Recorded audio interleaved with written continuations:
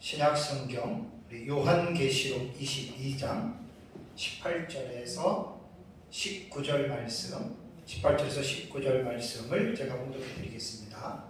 이것은 하나님의 말씀입니다.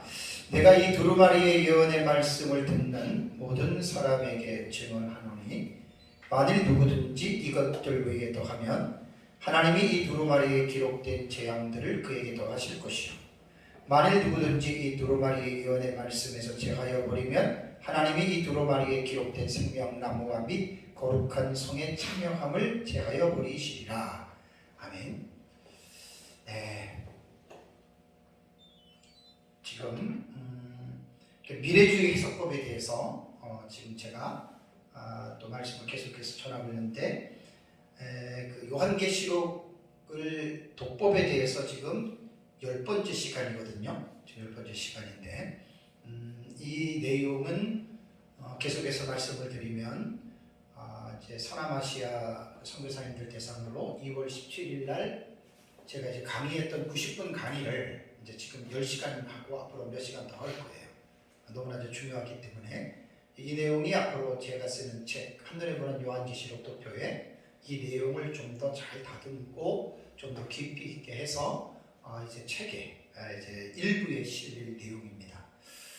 저도 요한계시록을 이렇게 배운 적이 없고 연구하다 보니까 요한계시록을 이렇게 공부해야 되겠구나라고 하는 이러한 정리를 하게 된 거죠.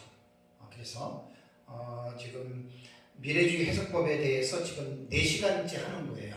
미래주의 해석법 지금 4시간째 지금 제가 지금 설교를 하고 있는데, 이번 시간에는 미래주의 해석법의 비판을 제가 처음에 다루고, 그 다음에 미래주의 해석법의 장점에 대해서, 도대체 미래주의 해석법의 좋은 점이 무엇인가. 왜냐하면 제가 미래주의 해석법을 따르기 때문에 이 부분에 대해서는 제가 좀 더 깊이 있게 제가 지금 하는 것입니다. 그래서 22장 18절 19절은 10번을 제가 10시간을 다 텍스트를 제가 이 본문을 잡았거든요. 이제 본문의 주경 설교가 아니고 본문 설교가 아니기 때문에 어쨌든 22장 18절 19절의 말씀이 중요하기 때문에 말씀을 드렸습니다. 또다시 한번 정리해서 말씀을 드리면, 많은 사람들이 계시록 22장 18절과 19절의 말씀의 의미를 오도해서 이 말씀을 가지고 자기와 다른 해석을 하는 사람들을 공격하는 무기로서 지금도 이 말씀을 사용하는 사람들이 많이 있어요. 근데 이 말씀의 의미는 그런 의미가 아닙니다. 그러니까 이 두루마리 예언의 말씀에서 제하거나 더하면 하나님께서 그 사람에게 재앙들을 더하거나 그 다음에 생명나무의 실과가 있는 천국을 들어가지 못하게 하신다라고 하는 그러한 내용의 말씀이기 때문에 사실 엄중한 경고가 담겨있는 말씀입니다. 그런데 우리가 이 말씀을 제대로 이해해야 될 부분이 뭐냐면, 계시의 본질의 문제를 더하느냐 계시의 본질을 빼느냐, 그것하고 이 계시의 말씀을 해석하는 차원에서 다른 부분에 대해서 하는 말씀이냐에 대해서는 분명하게 이해를 해야 됩니다.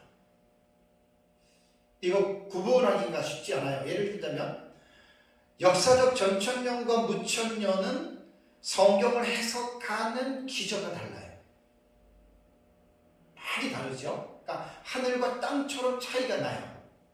그러면 그 전천년과 무천년의 해석법에 있어서 그 하늘과 땅만큼 차이 나는 그 부분에서 어느 입장을 기준으로 해서 반대편의 입장을 가지고 이 말씀을 가지고 우리가 적용해야 되느냐, 그거 아니에요.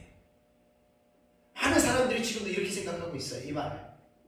그거는 계시록 22장 18절과 19절의 말씀을 오도해서 그런 거예요.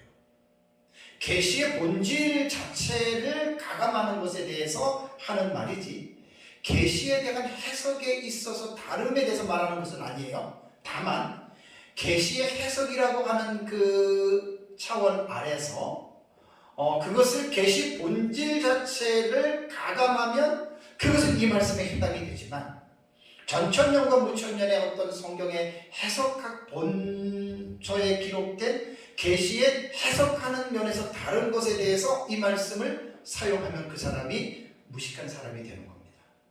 무식이 담대하다고 지금도 그런 사람들이 꽤 있어요. 근데 이 말씀은 그런 말씀이 아닙니다. 자, 이번 시간에는 이제 미래주의 해석법의 그 비판과 장점에 대해서 제가 이번 시간에는 여러분들에게 말씀을 드리겠습니다. 그러니까 이제 제가 지금 하고 있는 내용은 요한계시록의 본문을 들어가서 공부하기 이전에, 읽기 이전에 이렇게 먼저 기본적인 지식을 공부를 하자는 거예요. 제 말은. 이것도 깊이 있게 하면 할수록 요한계시록을 더 깊이 있게 공부할 수 있습니다. 그래서 이제 이 부분에 대해서 이제 우리가 좀 더 기본적인 이러한 모든 지식들을 다 살피고 나서 공부한 다음에 그 다음에 이제 요한계시록을 들어가서 공부를 하면 이것이 사실 순서적으로 봐도 가장 올바른 견해라고 하는 것을 제가 지금 강조를 하는 거예요. 자, 제가 지금 하는 설교는 요한계시록에 기록된 사건을 해석하는데 어떻게 이 사건을 해석하느냐 그 방법에 대해서 지금 말씀을 살펴보고 있거든요. 다시 한번 네 가지 해석법에 대한 부분을 제가 간략하게 요약해서 말씀을 드리겠습니다. 과거적 해석법이라고 하는 것은 요한계시록에 기록된 본문에 나타나는 사건을 이미 과거에 이 사건들은 다 이루어졌다라고 해석을 하는 것이 과거적 해석이라고 그랬어요. 그래서 과거적 해석은 협의적인 측면에서는 AD 70년으로 보고 광의적인 면에서는 서로만 멸망인 AD 476년까지 요한계시록이 다 이루어졌다. 이게 과거적 해석이고요. 역사주의 해석법은 과거주의의 해석법과 보는 방식은 같습니다. 다만 사건으로 볼 때 그 사건이 일어나는 시기에 있어서 역사적 해석법은 더 길어요. 과거적 해석법이 AD 70년과 AD 476년으로 제한을 했다면 역사주의 해석은 예수님의 재림 때까지로 그 기간을 늘리는 거예요.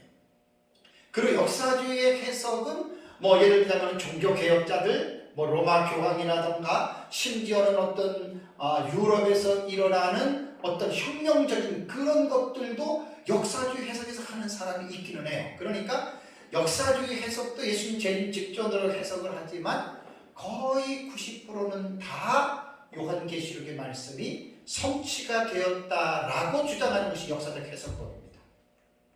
다음에 이상주의 해석은 요한계시록에 기록된 사건은 문자적인 사건으로 이루어지는 것이 아니고 상징에 불과하다. 이렇게 해석하는 것이 이상주의 해석입니다. 그래서 사실은 과거주의와 역사주의와 그 다음에 이상주의는요. 무천년 종말론을 따르는 사람들이 하는 해석법들이에요. 본질은 이상주의고 과거주의까지도 같이 하는 이게 이제 무천년 종말론이고요. 그 다음에 이제 미래적인 해석법은 요한계시록에 기록된 사실들이 계시록 4장 이후나 혹은 6장 이후부터 19장까지는 왜냐하면 19장이 예수님의 재림을 하는 거거든요. 예수님 재림 직전에 일어나는 사건들이다. 그런데 이 미래적 해석법은 두 가지 차원입니다. 하나는 뭐냐면 절충주의적인 미래적 해석법은 예수님 초림부터 재림 때까지를 길게 보는 미래적 해석법, 이게 역사적 전천년주의자들이 많은 사람들이 이렇게 봅니다. 그러니까 이 절충주의의 미래적 해석법은 9천년하고 천년왕국의 개념만 다를 뿐이지 그 계시록에 기록된 사건을 볼 때는 거의 비슷한 점이 많아요. 이것이 어떻게 보면 제가 다음 주에 절충주의 해석법에 대해서 여러분들에게 말씀을 드릴 텐데 대다수의 주경학자들이 지금 절충주의 해석법을 따라갑니다. 그러니까 사실 특별하게 부딪힐 일은 없어요. 이 절충주의는 모든 학파에서 이루어지는 이러한 사건들에 대해서 좋은 점들만 이렇게 가져다가 하는 해석이기 때문에 절충주의는 별로 충돌이 없어요. 그거 제가 이제 다음 주에 더 자세하게 말씀을 드리도록 하겠습니다.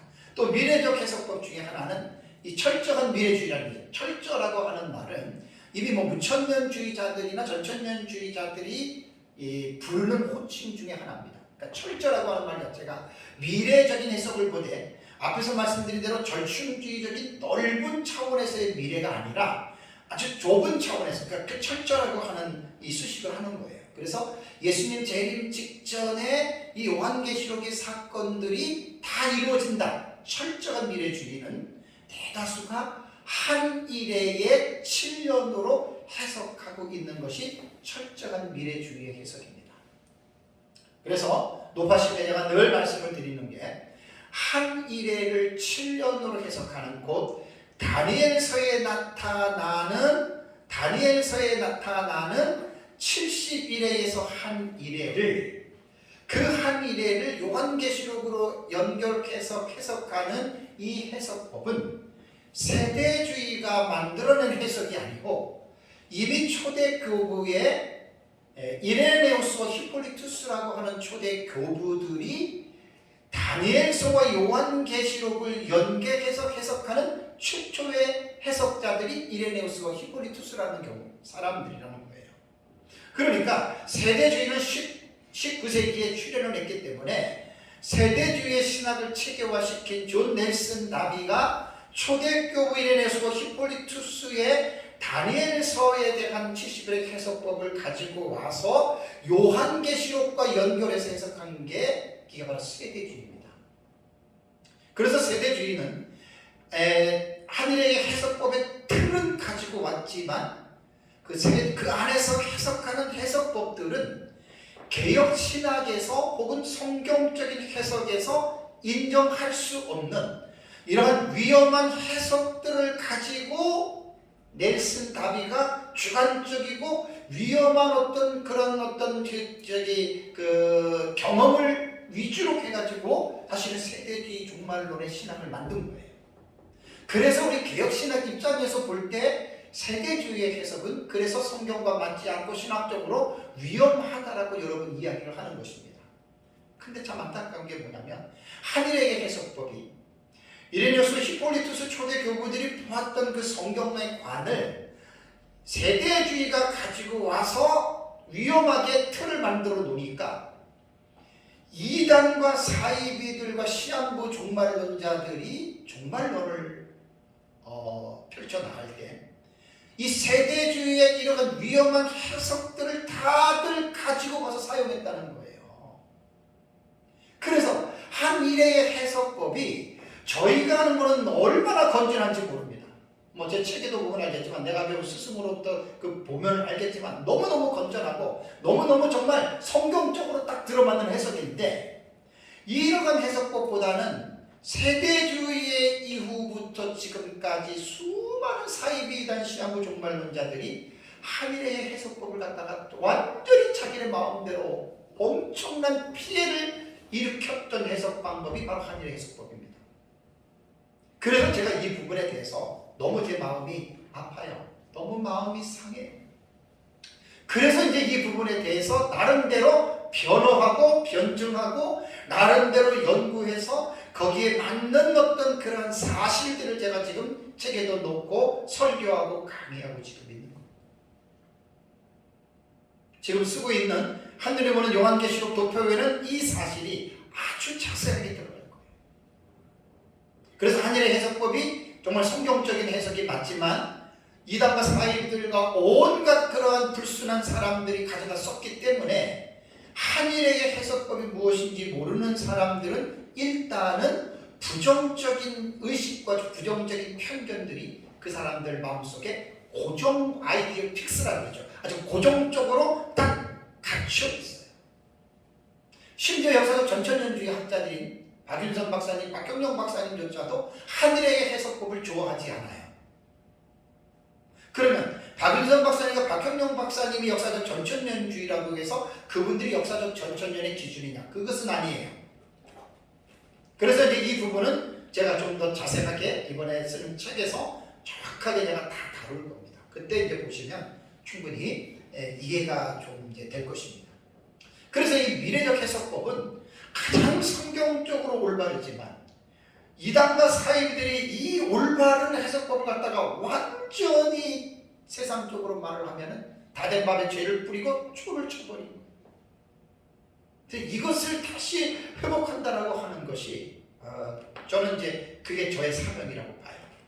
그다음에 나름대로 연구를 하고 이런 부분들에 대해서 제가 계속해서 이제 하나하나 정리를 해 나가고 있습니다. 그래서 미래적 해석법은 좋지만 너무나 위험한 상황에 한 세대주의가 나오고 나서 19세기 중반이니까 벌써 한 200여 년 정도 되네요.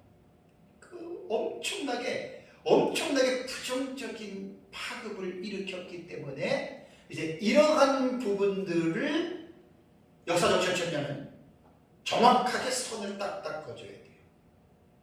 구분을 해줘야 돼요. 그래서 오전에 제가 설교할 때 역사적 전천년과 세대주의 전천년의 차이점에 대해서 무천년의 신학자나 전천년의 신학자들이 분명히 역사적 전천년과 세대주의는 다르다라고 말을 한 것에 대해서 제가 여러분들에게 이제 말씀을 드렸습니다. 그래서 이제 이번 시간에는 미래적 해석법에 대한 비판이 있습니다.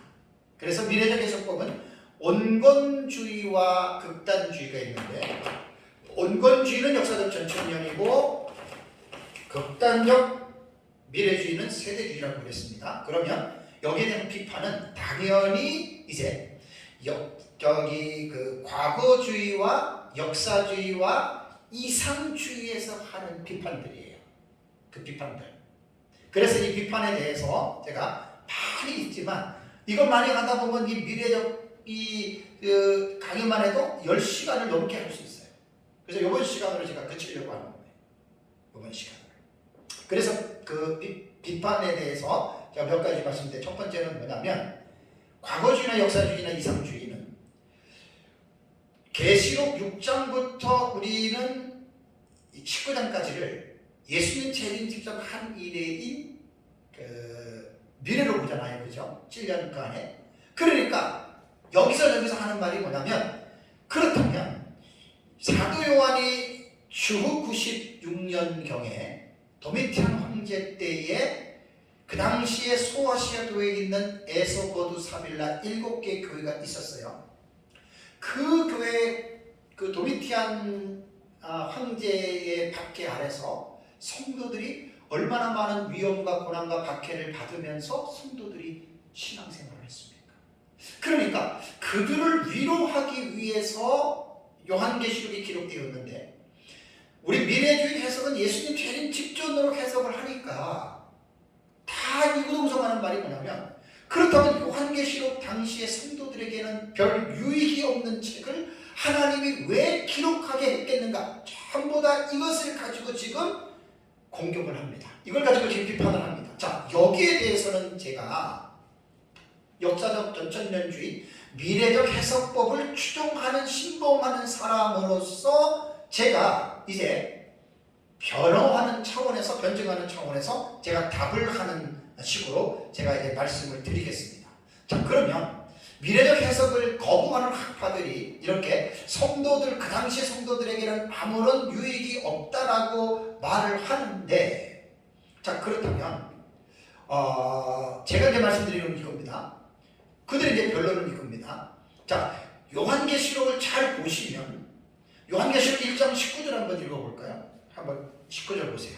자, 요한계시록 1장 19절을 보시면 19절에 제가 아주 구조에 대해서 수도 없이 했죠. 우리 1장 19절 읽겠습니다. 그러므로 내가 본 것과 지금 있는 일과 장차 될 일을 기록하라. 자, 요한계시록 1장 19절은 되게 중요한 말씀이에요. 이 말씀이 요한계시록의 구조를 지금 설명하고 있는 거예요. 계시록 안에서. 그러면 이 요한계시록 안에는요, 세 가지의 상황들이 담겨져 있어요. 그래서 저는 제 책을 보면 3중 구조지만 저는 시간적으로는 2중의 해석을 한다라고 분명히 얘기를 했습니다. 그 시간상 그냥 넘어갑니다. 자, 그렇다면 여기에 보면은 본절의 말씀은 이렇게 됩니다.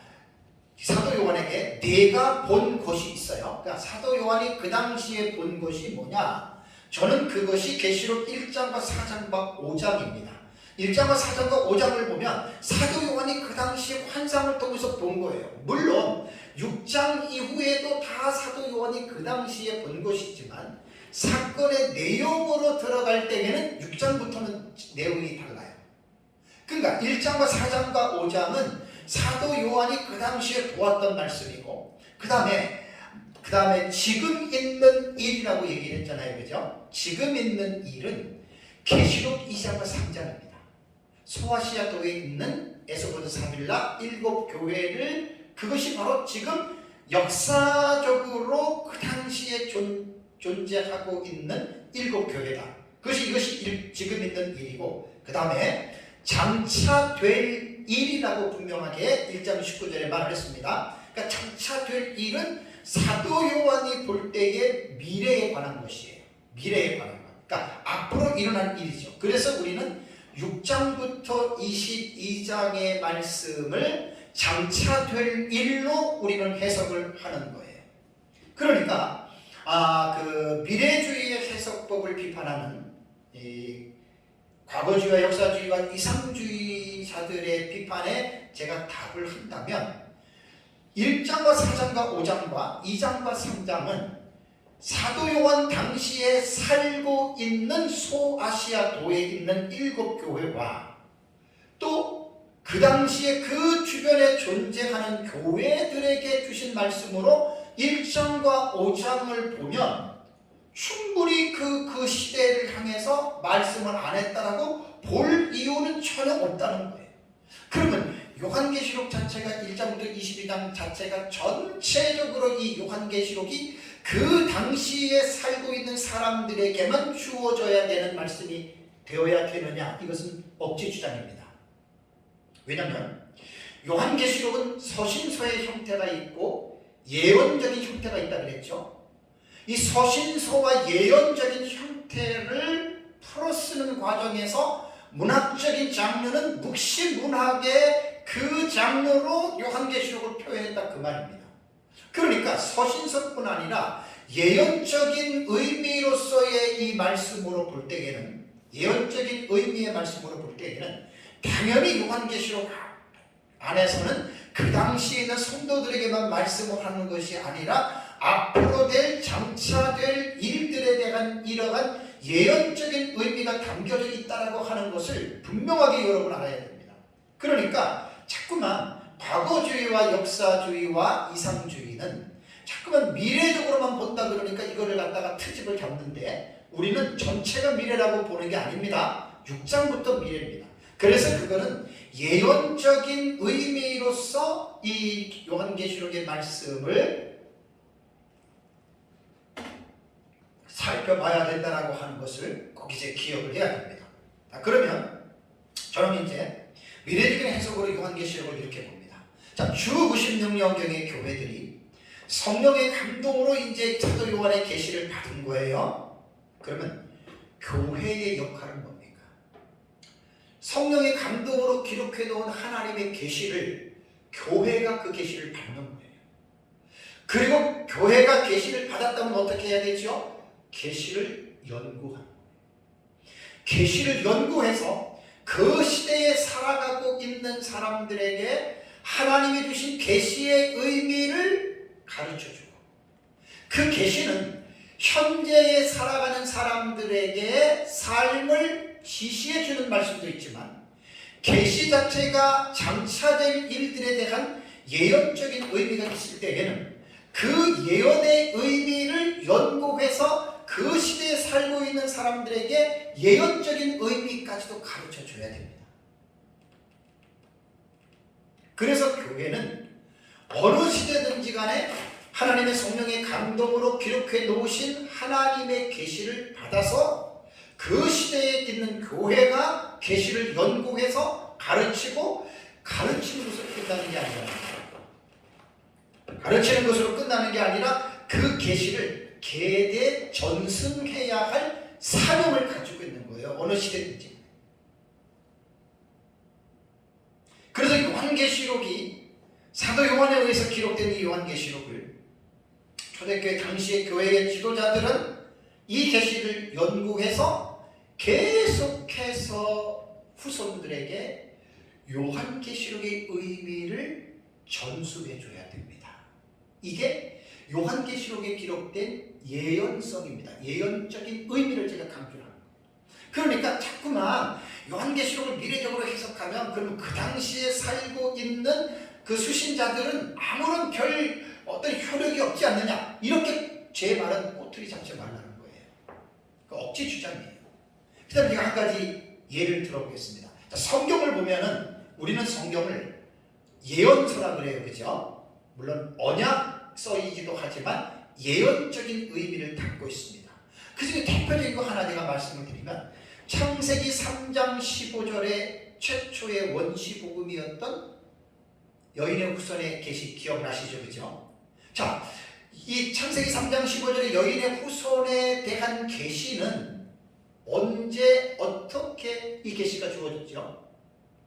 에덴 동산에서 아담과 하와가 선악과를 따먹지 말라고 하는 그 하나님과의 언약을 어기고 선악과를 따먹고 난 이후에 하나님께서 범죄의 당사자들인 아담과 하와와 뱀과 뱀 속에 들어있는 사단에게 하나님께서 페널티를 내리는 것이 창세기 3장 15절이에요.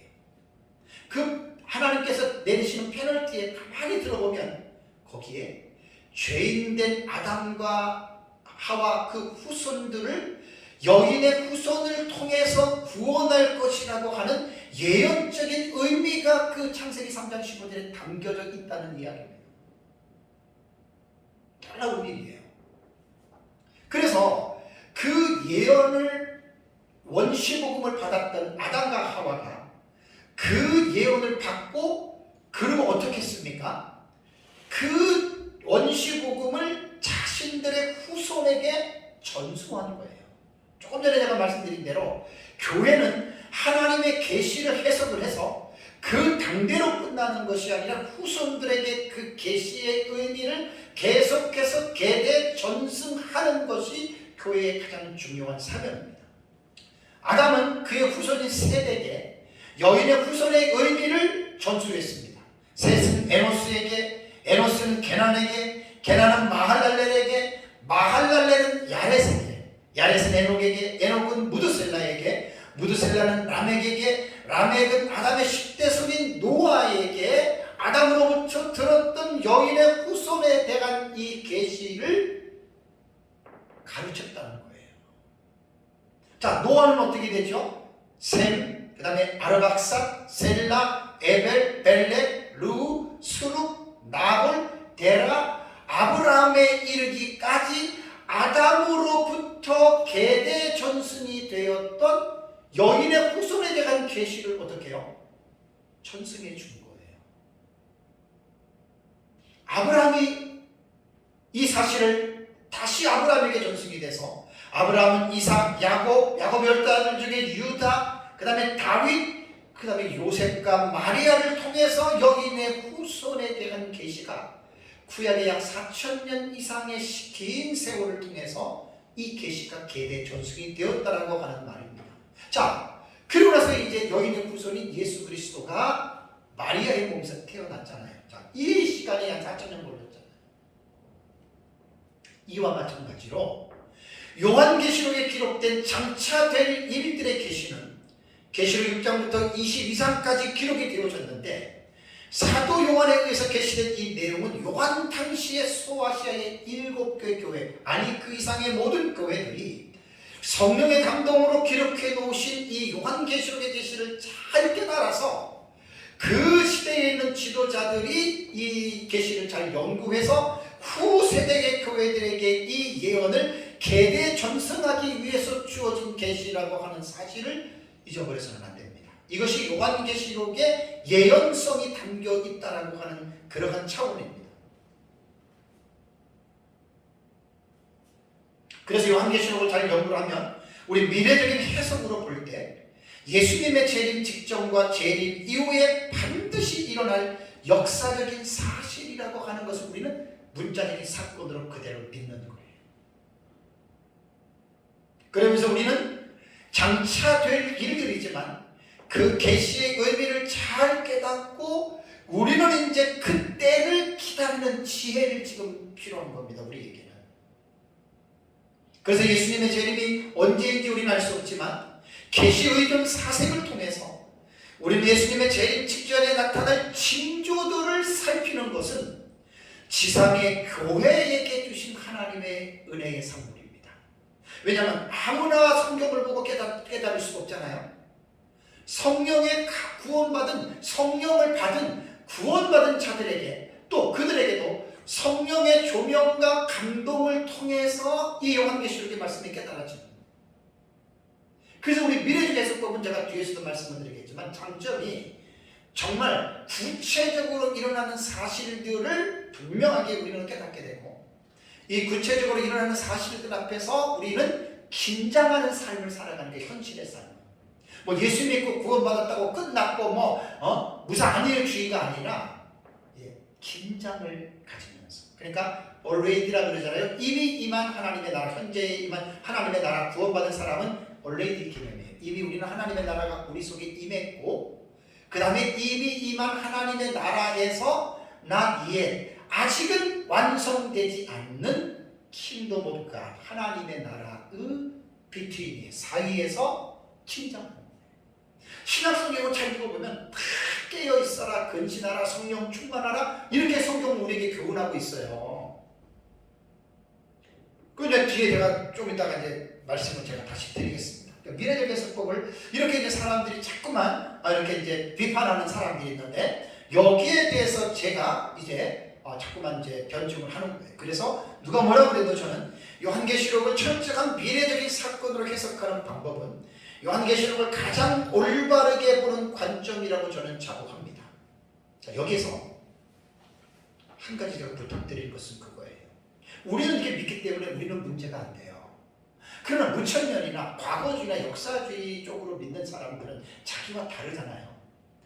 다르다고 해서 귀를 닫거나 다르다고 해서 우리 미래주의 해석 방법을 틀렸다라고 이런 말 하지 말자는 거예요. 물론 저도 무천년주의나 거기에 대해서 우리가 그런 관점을 볼 때는 말이 안 되죠. 안 맞죠. 그러나 그런 표현들을 자제하자는 거예요. 저는 서로가.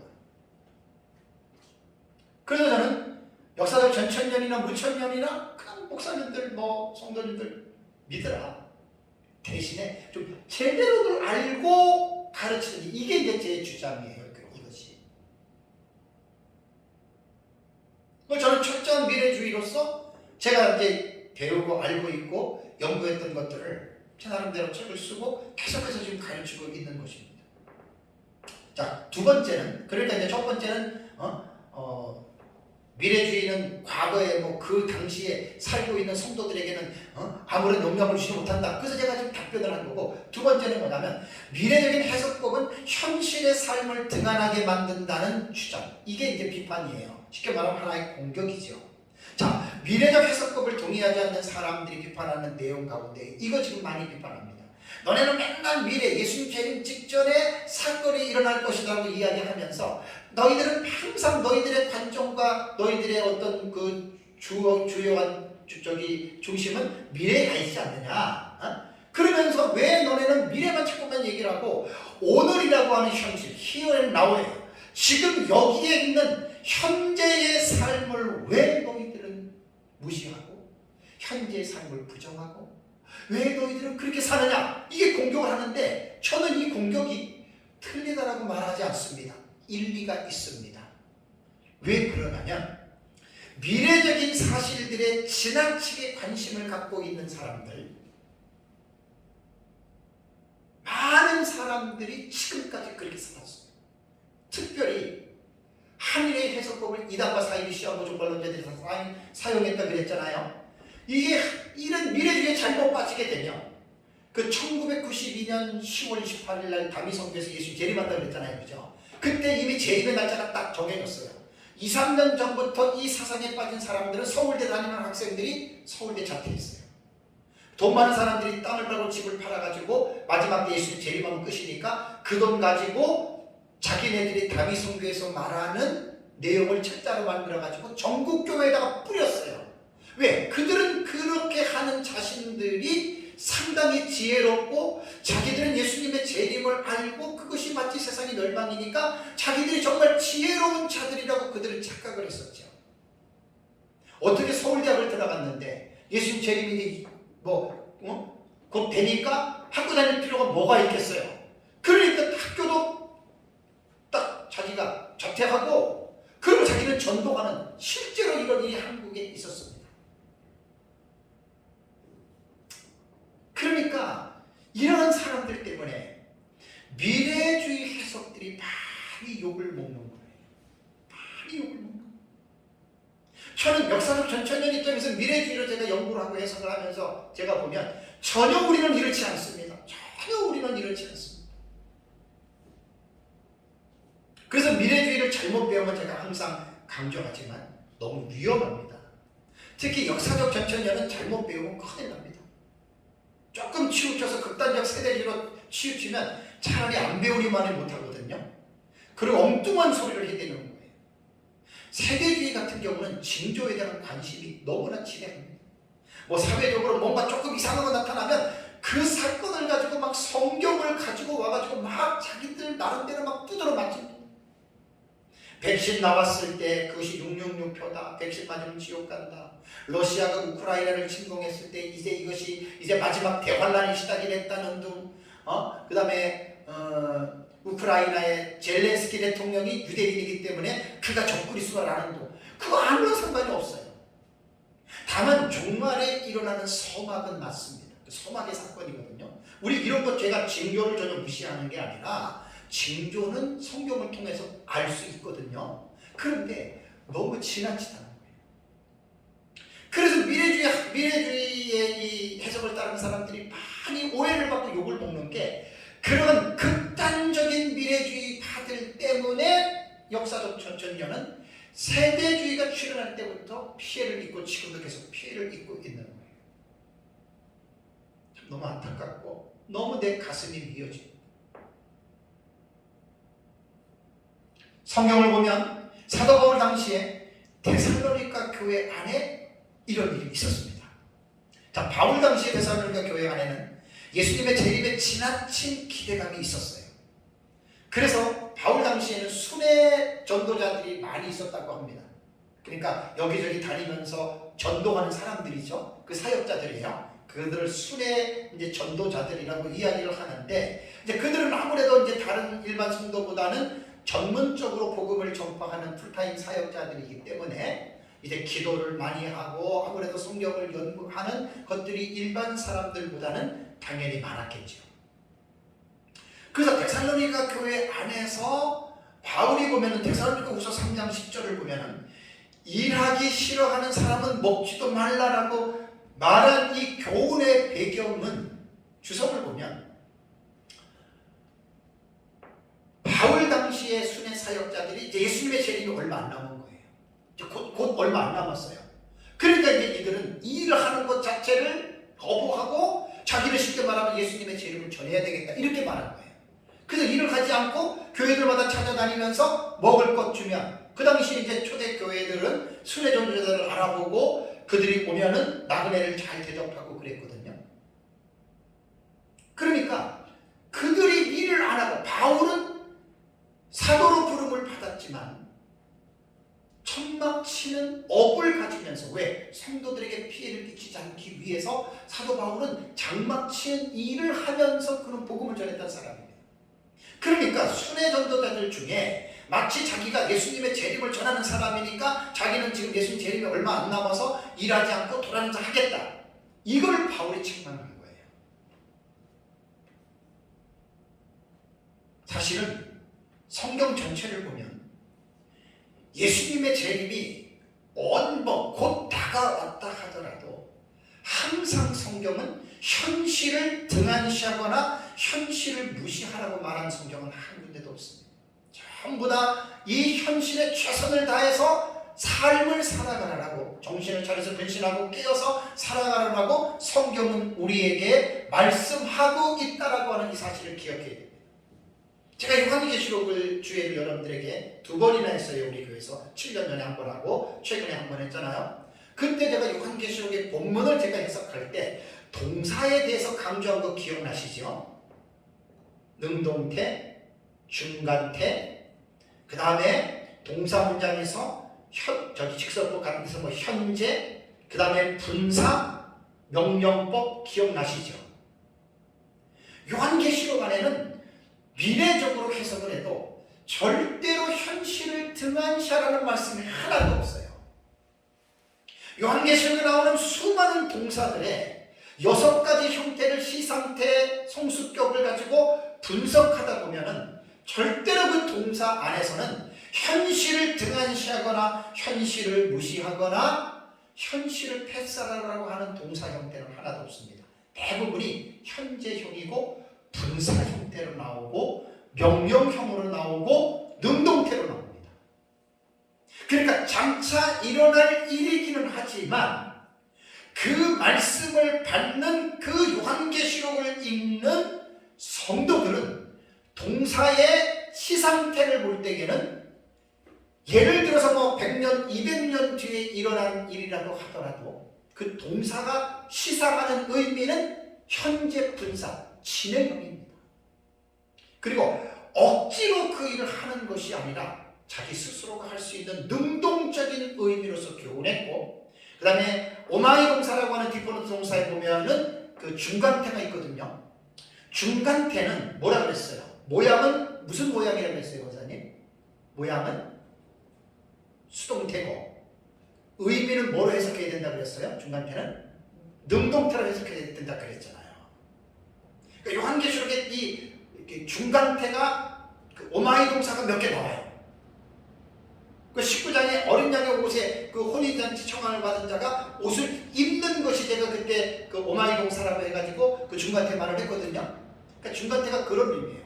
그러니까 요한계시록을 제대로 못 봐서들 그렇지, 요한계시록을 그 주경신학 입장에서 요한계시록을 저는 1장부터 20장까지 주의를 해놨기 때문에 절대로 미래적인 해석을 한다고 그래도 우리 역사적 전천년은 절대로 현실을 등한시하지 않습니다. 그거는 그 사람들이 오해예요, 오해. 그 오해는 어디서 왔느냐? 역사적 전천년주의자들에서 온 게 아니라 극단적인 미래파인 세대주의와 그 신학적인 틀을 가지고 갔던 사이비 이단들 때문에 역사적 전천년주의자들이 지금까지 오해를 받고 있다는 거예요. 저는 이런 거 볼 때도 내 마음이 많이 아파요. 내가 왜 그런 쓸데없는 오해를 받아야 돼요? 절대 미래적으로 우리가 예수님 재림 직전에 이루어지는 그 사건으로 해석한다 그래서 절대로 우리는 현실을 등한시하지 않습니다. 오히려 미래적인 사실을 제대로 깨닫는 사람들은 오히려 그냥 사건으로 안 보고 과거에 이루어졌던 사건으로 보는 사람들보다는 몇십 배 더 훨씬 우리는 긴장을 하는 삶을 살아갈 수 있다라고 하는 건 난 자부심 있게 말을 합니다. 철학자 우리가 알고 있는 스피노자의 말 잘 알고 있잖아요. 내일 지구가 멸망하더라도 나는 오늘 한 그루의 사과나무를 심을 것이다. 이렇게 얘기를 했더니 제 아내가 여보 그거 루터가 한 말이래. 그러니까 스피노자 말 이전에 루터가 한 말이에요. 누가 말했던 간에 어쨌든 스피노자가 한 말도 인터넷 치면 나오니까. 그러니까 우리는 아무리 미래주의적으로 우리가 해석을 한다 하더라도 절대로 우리는 현실을 등한시하는 사람이 아니라는 것, 이걸 제가 답변을 하는 겁니다. 세 번째는 계시록 본문을 문자적으로 해석하는 것에 대해서 비판을 합니다. 이것은 이상주의 해석을 하는 사람들이 100% 비판하는 거예요. 자, 이 비판은 그 성경을 제가 연구하면서 참으로 아쉬운 점이 있어요. 자, 요한계시록만 갖고 이야기하지 말고 전체적인 역사를 통해서 한번 이야기를 한번 해본다면 오히려 제 입장에서 이렇게 말하는 이상주의 사람들에게 저는 이해할 수가 없습니다. 왜냐하면 요한계시록을 해석함에 있어서 자, 문자적인 해석이 해야 됩니까? 상징의 해석을 해야 됩니까? 이 문제거든요. 자, 그럼 요한계시록을 적어놓고 성경은 그러면 어떻게 해석을 해야 되느냐? 100%가요. 문자적 해석을 하라고 하는 것이 이게 개혁신학의 성경 해석학의 원칙입니다. 거의 다가. 단 문자적 해석이 아닌 풍요적인 우화적인 해석을 할 때가 있습니다. 이것은 사실 지금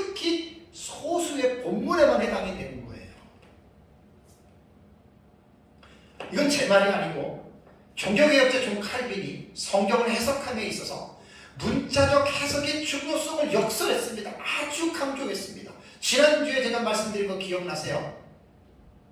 오리겐의 우화적 알레고리 해석이 결국 티코니우스, 어거스틴으로 내려가가지고 어거스틴 때의 요한계시록 문자적 해석을 안 했잖아요. 이 배경을 알고들 무전년도 공부들을 하셔야 돼요. 무조건 하지 말고. 알레고리 해석은 참으로 위험합니다. 왜 위험하냐면 지난주에 제가 말씀드린 대로 선한 사마리아인에 대한 비유에 대해서 오리겐의 해석은 아니지만 길성남 교수님의 책을 제가 인용을 한 거예요. 다음번에 책에 다 나옵니다. 비교해서. 오리겐이 한 건 아니지만 오리겐이 동조했어요. 이 해석이 맞다. 그러니까 결국 오리겐의 해석이라고 봐도 돼요. 자, 우리가 여리고로 한 사람이 내려가다가 강도 만나가지고 죽을 돈 얻어맞고 쓰러져 있는데 레윈과 그 제사장은 지나가고 사마리아인이 보고 그 강도 만난 이웃을 데려다가 주막에다가 데려다 놓고 자기 돈을 들여서 치료를 부탁하고 먹을 것 주라 그러고 돈이 더 들어가면 내가 돌아올 때 해주겠다 하고 그 내용이잖아요. 그죠? 여러분 이 내용을 어떻게 보겠습니까? 문자적 해석은 그대로예요. 그대로 해석하면 돼요. 예수님의 비유로 이러한 일들이 있기 때문에 결론은 적용의 중요한 교훈은 뭐냐면 우리가 세상을 살다가 어려운 그 고난 권고를 당한 그 이웃을 만날 때에 레위인과 제사장처럼 몰라 하고 그냥 지나가지 말고 이방인이었던 사마리아인처럼 그 사람을 사랑으로 돌봐주라. 그게 사실 예수님이 말씀하신 본문의 의도거든요. 그런데 오리겐은 어떻게 해석을 했냐면, 자, 오리겐과 어거스틴하고 내가 시간상 같이 묶어서 갈게요. 여리고로 내려간 사람은 아담이다. 예루살렘은 낙원이다. 어거스틴은 하늘에 있는 평화의 도시다. 오리겐은 세상이다. 어거스틴은 우리에게 죽을 운명을 상징하는 달이다. 강도들은 오리겐은 적대 세력이다. 어거스틴은 마귀와 그의 사자들이다. 이게 지금 뭘 말하는 거예요? 문자적인 여리고로 내려가는 사람, 여리고에서 예루살렘으로 내려가는 사람이 강도들을 만났어요. 그러면 그 문자적으로 그게 아니고 아담이 낙원에 있다가 이 세상으로 내려와가지고 이렇게 해석을 하는 거예요. 이렇게. 여러분 이 해석법에 동의할 수 있어요? 요즘 이렇게 해석하면 이단이라고 그러죠. 그 다음에 보세요. 옷을 벗기고 이것은 어거스틴은 불멸성을 빼앗았다는 거예요. 그 다음에 그를 때렸다. 죄를 짓도록 유혹했다는 거예요. 그 다음에 매를 맞아가지고 거의 죽은 채 버려졌는데 어거스틴이 뭐라고 했냐면 죄로 인해 영적으로 죽었으나 절반은 하나님을 아신 지식으로 말미암아 살았다. 이게 위대한 신학자인 어거스틴도 복음을 이렇게 해석했다는 거예요. 제사장은 누구냐? 구약의 제사직 율법이었고 레위기는 구약의 사역자들 예언자들이었다. 선한 사마리아인은 오리겐이나 어거스틴이나 그 그리스도다. 그러니까 그리스도가 매를 맞았다 이렇게 보는 거예요. 그 다음에 상처를 싸맨다. 그것은 오리겐은 불순종이고 그 다음에 어거스틴은 죄를 억제했다. 이렇게 해석하는 겁니다. 기름은 선한 소망의 위로, 포도주는 영적 일을 하도록 권면했다. 짐승은 그리스도의 몸이다. 주막은 오리겐이나 어거스틴이나 다 교회로 보는 거예요. 두 데나리오는 오리겐은 성부와 성자, 어거스틴은 사랑의 두 계명. 주막 주인이 누구냐? 오리겐은 교회의 수장이고 어거스틴은 사도 바울이라고 해석을 한 거예요. 다시 돌아온다라고 하는 사마리아의 약속을 오리겐은 예수님의 재림이다. 어거스틴은 예수의 부활이다. 자, 보세요. 이게 알레고리 해석이에요. 이게. 그러니까 문자적 해석을 거부하고 문자적 이면에 담겨 있는 그 스피리추얼 미닝, 영적인 의미를 끄집어내는 해석이 이거란 말이에요. 제가 3, 4년 전에도 어거스틴의 이 해석을 우리 카페에다 올려놓으면서 내가 너무 기가 막혔어요.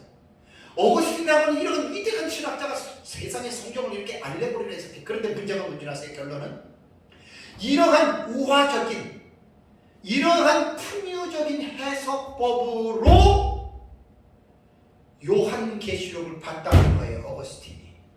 이 해석법이 오늘날 무천년의 해석법의 기원이 된 거예요.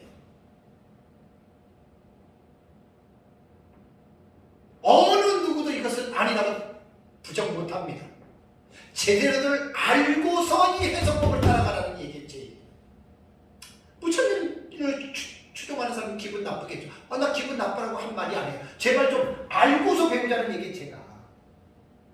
무천년이 이렇게 얘기를 합니다. 요한계시록은 묵시문학이기 때문에 문자로 해석하면 안 된다 이거예요. 언어 도단입니다. 요한계시록이 묵시문학적으로 기록이 되었지만 묵시문학 때문에 그러면 묵시문학은 전부 다 그러면 상징으로 해석해야 되느냐? 아니죠. 근데 이미 이상주의에서 무천년의 신학에 경도되어져 있는 사람들은 100%다 이렇게 말을 해야 자기들이 그 책임감에서 벗어날 수가 있는 거예요. 근데 우리 문자적인 해석을 중시하는 우리 역사적 전천년주의 입장에서 볼 때는 우리 그거 인정할 수 없습니다. 동의할 수 없습니다.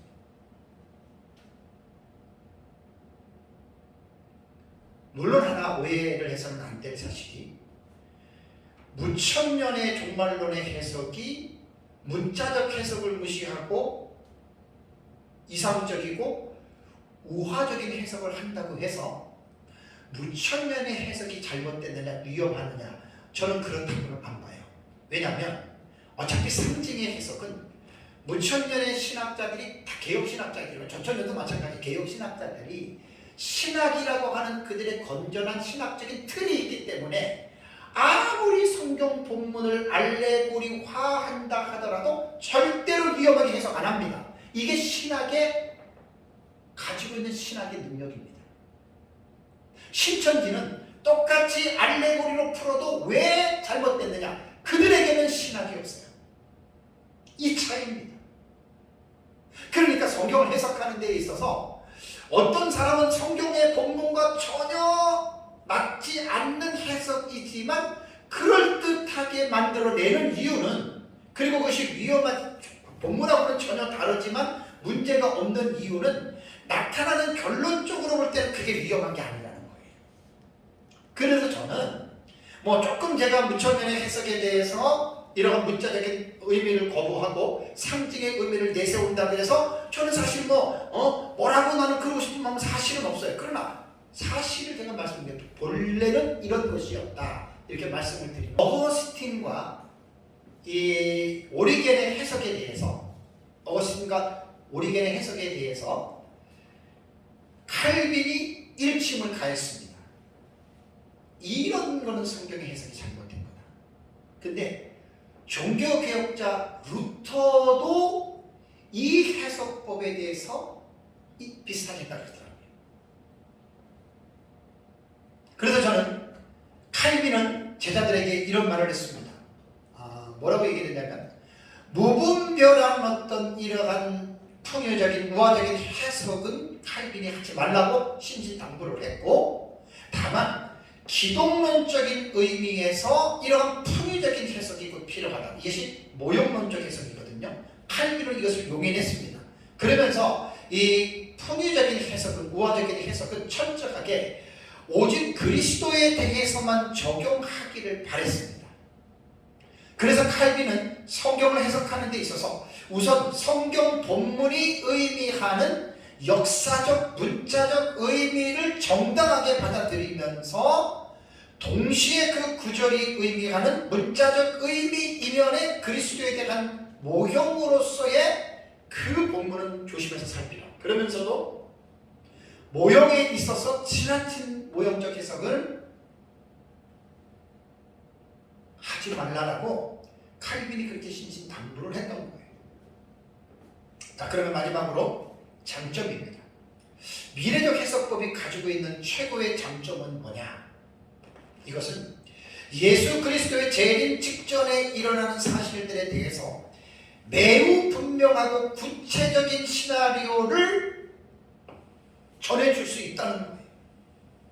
그러니까 저는 요한계시록을 연구하면서 하나님께서 왜 요한계시록을 기록하게 하셨는지에 대해서 저는 분명하게 이 의미를 깨닫고 얼마나 마음이 기뻤는지 몰라요. 지금도 그 기쁨은 계속해서 유지되고 있습니다. 특히 제가 연구한 바에 의하면 사탄과 악의 삼총자가 적그리스도, 거짓 선지자, 음녀거든요. 이 사탄과 사탄의 삼총자들이요, 인류 종말에 하나님을 어떻게 대적하고 주님의 몸된 교회를 어떻게 박해하는지에 대해서 아주 매우 구체적으로 요한계시록에는 제시하고 있다고 하는 사실입니다. 참 이거 신비한 일입니다. 그러니까 이 미래적 해석법을 모르는 사람들은 왜 제가 이 해석법에 대해서 감격하고 왜 이 해석법에 대해서 기뻐하는지를 이해를 할 수가 없는 거예요. 그들은 왜? 이미 과거에 다 이루어진 사실이고 그리고 그것은 사건이 아니고 그냥 상징이다라고 이야기하는 사람들은 전혀 제 마음을 조금도 공감할 수 없습니다.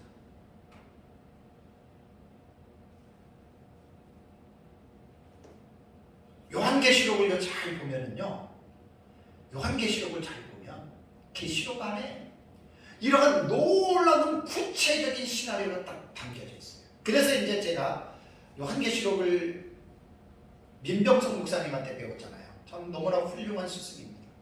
우리나라에 누가 뭐라 그래도 역사적 전천년의 최고의 권위자다, 최고의 학자다 그러면 됩니다. 물론 뭐 이강문 목사님처럼 어떤 교계의 많은 사람들에게 알려진 분은 아니세요. 그러나 실력면이나 인격면이라 볼 때는 우리 스승 민병성 목사님 따라갈 사람이 없습니다. 내가 스승이라고 일부러 내가 그 주관적으로 내가 평가하는 게 아닙니다. 정말 이 하늘에 대한 미래적인 해석법이 정말 너무나 이런 부분들을 잘 해석을 해 주셔서 제가 좋은 스승을 만났기 때문에 저는 스승의 어깨를 제가 밟고 올라간 거예요. 정말 웬만한 10년 이렇게 연구해가지고는 어림도 없습니다. 최소한 20년 이상은 연구를 해야 어느 정도 이제 이렇게 종말론이 뭔지를 이렇게 이제 나름대로 체계를 세우는데 저는 하나님의 은혜로 갑자기 폭풍 같은 소나기 은혜를 받아서 그러니까 내가 내 덕은 하나도 없고 스승의 덕입니다. 그래서 이제 우리 스승한테 배운 내용들 또 조서들을 다 가지고 제 나름대로 지금 종합적으로 정리하면서 그 다음에 이제 이 내용을 가지고 지금 신학적인 입장과 체계를 지금 제가 세워나가고 있는 중입니다.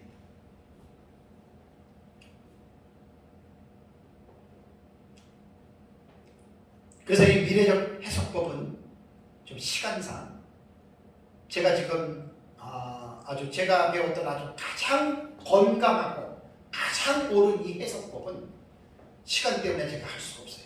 빨리 해도 20분인데 이거는 더 이상 할 수가 없고 다음 주에 제가 이제 미래적 해석법의 이제 중요한 의미를 제가 또 한 번 해야 되겠네요. 미래적 해석법을 또 하고 그다음에 이제 절충주의에 대해서도 제가 또 다음에 1시간 하는 이제 그런 것으로 제가 하겠습니다. 어쨌든 요한계시록 이 미래적 해석법은요 정말 제대로 깊이 있게 성경적으로나 신학적으로나 공부를 하지 않으면 이 미래적 해석법은 거의 많은 사람들이 잘못된 길로 들어갈 수밖에 없는 게 이 미래적 해석법이에요. 그래서 내가 이 미래적 해석법을 지금 아주 신명을 기울여서 제 나름대로 계속해서 지금 연구하면서 미래적 해석법에 대한 체계를 지금 제 나름대로 좀 세워나가는 거예요. 신학적인 체계, 성경 해석학적인 체계 이런 것들을 제 나름대로 한번 세워서 미래적 해석법에 대해서 공부하고 싶은 사람들에게 뭔가를 확실한 소스를 줘야 될 거 아니에요. 얼버무려가지고 막무가내식으로 마구잡이식으로 그냥 이렇게 배운 그런 지식이 아니라 미래적 해석법을 배우려면 역사신학적인 입장에서 조직신학적인 입장에서 그 다음에 성경 해석학적인 구조, 묵시문학적인 구조 이러한 차원에서 이 미래적 해석법은 공부하지 않으면 안 됩니다 라고 하는 말을 제가 하고 싶은 거예요. 어쨌든 우리는 성령의 감동으로 기록해 놓으신 하나님의 말씀을 잘 배우고 요한계시록을 배운 것으로 끝나지 말고 지키는 자가 복이 있다고 말씀하셨기 때문에 저와 여러분들이 예수님 재림 직전에 우리가 이 말씀을 잘 깨닫고 지키면서 순종하는 삶을 살아가시기를 주님의 이름으로 축복합니다. 다 같이 기도하겠습니다.